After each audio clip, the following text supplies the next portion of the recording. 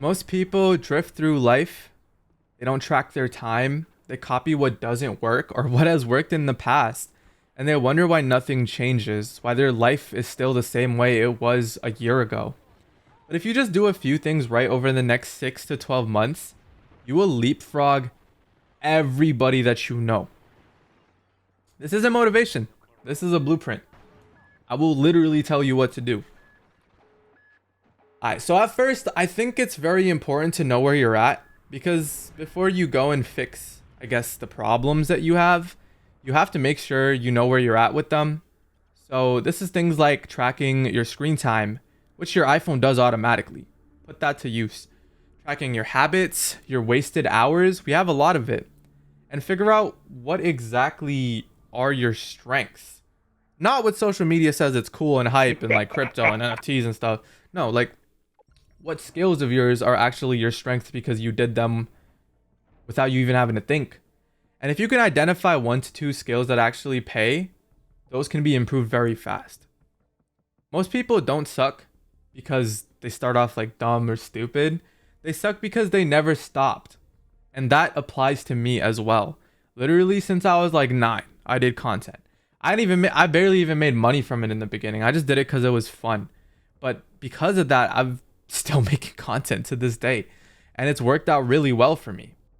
And if this is your first video, I'm 23 years old, a millionaire. I play games, go to college part-time, and I'm trying to figure out how to stay sane while building something real. All right, this is some of the stuff I wish someone told me at 18. No, not even 16. Because that's when I started my journey on trying to make money. I saw a kid in my high school. He was in the back doing stocks, and I'm like, yo, what's that? And that's where it all began. Moving on though, basically the most actionable step I would take at this point after you realize where you're at is probably the skill stack. Holy stutter. If you want to skip the line, you need some sort of leverage, and this is probably one of the easiest leverage vehicles you can use. Learn one skill that's monetizable, especially if in the last one you don't have a skill or you're not sure. Try a bunch of stuff, whether it's freelance, remote, or even in person. It could be video editing, copywriting, coding. There's so many things now. And with every year, there's more and more stuff to learn. The multiplier, though, is the stuff around it. Like if you get into content creation, there's storytelling, sales, branding, all sorts of stuff. And you can work on this all sorts of times. Like even for me, I used to enjoy playing games. While playing games, I'd put on some sort of thing that I could learn in the background. You know, someone else doing the skill that I want. 2 decent skills combined makes you lethal. More lethal, I should say, than one person with 1 decent skill. So if you can use that multiplier, use it to your damn advantage, okay? I think another thing that I see a lot of people neglect, myself included, especially during Rona, because that's when a lot of my progression happened, was getting in shape or just staying in shape. Because it bleeds into everything. It really does. Discipline isn't just in building your business. It starts with your body, what you eat, what you intake. And I'm not even one of them fitness guys, okay? I do the bare minimum. But even just a basic workout, and if you can't get a workout in, or if that's just not something you're interested in, go take a walk, bro. Like, it's that simple. Go take a walk. Go run. Go biking. I love biking, by the way. I try to bike as many times as I can. It doesn't even feel like work for me. When I go bike, like, I look forward to biking sessions. You know what I'm saying? So that, eating clean, you know, because I don't know if y'all realize it. This is a little bit of a side tangent, but what you eat has a feeling attached with it. When I eat something that's really oily, it has a feeling. Not only does it have a feeling, my skin gets oily. If it's a hot day, I'm miserable. Like, there are side effects to it, but we don't realize it because we need to eat anyways. Pay attention to what it actually does to your body. And 7 hours of sleep. I think that's the recommended. My prime sleeping hours is 7 hours. And these should be things with no excuses, because the moment that falls apart, you don't think your business is going to fall apart? You need these things. And there's so much content out there saying like, oh, do all-nighters, do all this. It works, and sure, it'll get you temporary results, but what you're trying to build is long-term wealth. So how is temporary solutions going to give you long-term results? A to B, bro. It just kind of makes sense, right? So I am calling you out, and I'm not gonna lie. Sleeping has been an issue for myself as well. Sometimes I get 5 hours, 3 hours on exam days. Terrible habits. I'm still working on fixing this. It's not just a, oh, I'm good now, I fixed it. No, that's not how humans work. It'll have its up and downs. So embrace it. You know, it's a journey. Enjoy it. But genuinely, your brain works better if you have that sleep, if you're eating clean, your confidence goes up. People treat you better just because you have your basics down. And it's that simple. Another thing I think you should also do is have high RPM work habits. Now, some of y'all probably not creators, you're probably in some other things, but RPM just means high pay. To put it simple, like I'm simplifying it. But basically, focus on things that actually help you. You don't need to work 10 hours a day. You just need to work 3 good hours. You know, it's just like a workout. If you worked out for 10 hours a day, that's so inefficient. You just need to do 1 hour of good workouts to get your workout in for the day, because that's 80% of the progress right there. Why would you strive for that 20% if it's 70 times harder? So you should keep in mind your ROI with these sort of things. And the way I like to operate it is I just give myself an hour. I like to give myself these constraint times, okay? Because I'm gonna get a bunch of work done, and by the time I'm done with it, I'm either done with it or I failed, and I could know like, oh, maybe I should have done this faster and that faster, and then, you know, finish it up.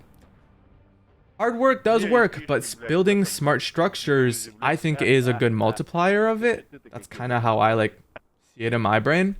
And yeah, that's all it really is. You just keep at it. Keep at that 80% ROI and ignore the small percentages, because again, who wants to work 10 hours a day? And even if you do, it might lead you to burnout. And so that kind of goes back into the staying healthy stuff. So I would avoid that. And if you do want to work that much, maybe 3 good hours, and then do some multitasking. Watch a show that you enjoy while thinking about some of those ideas, you know? Next up is also building public proof. Now, I see a lot of these trends talking about like moving in complete silence, you know? And then public proof gets you offers and stuff. Like, true, but I think at least in the beginning, you should definitely move a little bit in silence. Like, you don't need to gloat anything, but maybe post about what you're learning. Maybe it's on a burner account, but you should have something to kind of look back at. I think it's very important because I have that for everything I do, and I use this application called Miro. Super helpful. If you're not on it, you should hop on it. It's literally a virtual whiteboard. I love it, but it does compound. And once you could see kind of like your beginning to end, you can kind of take that to any business that you start, because it's no different. Another important thing is also your environment. This is kind of more leaning into lifestyle and stuff, kind of similar to the being healthier, but I genuinely do think you should cut out dead friends, like dead weight friends and people that just promote dead weight habits. But I have a hot take on this as well, though, is instead of cutting them out, you stop treating them as a high value person. I know. It's a weird way to put it, but to put it simple, don't look at them for financial advice. Don't look at them for stock advice. Don't look at them for business advice. Look at them for what they have. Some people are good at relationships. Some people are good at sports. Some people are good at keeping their health maintained. So take what you want and put that on a pedestal for them, so that that's the only thing that you really take away from them, because you choose how to perceive these friends of yours. And obviously enjoy your time with them and stuff, but be very conscious about those habits, because some of them will rub off on you. A good way to do this, especially if your business is online, is finding niche communities online, similar to the one I'm trying to make on this channel. Just basically gathering a bunch of people that are interested in this path, because I'm still on my path. Some of y'all might think $1 million has made it. I don't, okay? I need to get to 5, bro. I need to get to 5 mil, and I still got a ways to go. But I thought it'd be kind of fun to talk about it.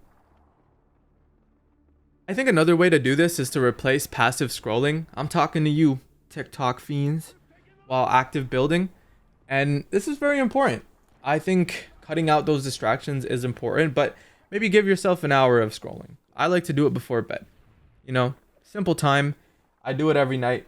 And is it the best? Probably not. But is it the worst? Hell no. Hell no. You don't have to have rich friends either. Okay, you just need ones that have big goals and actually act on it. That's what separates successful people from unsuccessful people. But yeah. All it takes is 6 to 12 months, bro. Your life could literally look so different from before. Not because of luck, because you actually stop living like a bot. You know? And that's all it is. You know, these small steps, if you take these steps that I just mentioned and have actionable goals, you'll, who knows where it'll take you. But I think it's a good starter. So these are some of the things I would very much focus on, because these are the things I learned the hard way. Just putting my toes in, putting my grippers into the water, and actually having to learn all this stuff by myself. Hey, if this was helpful, subscribe. Peace.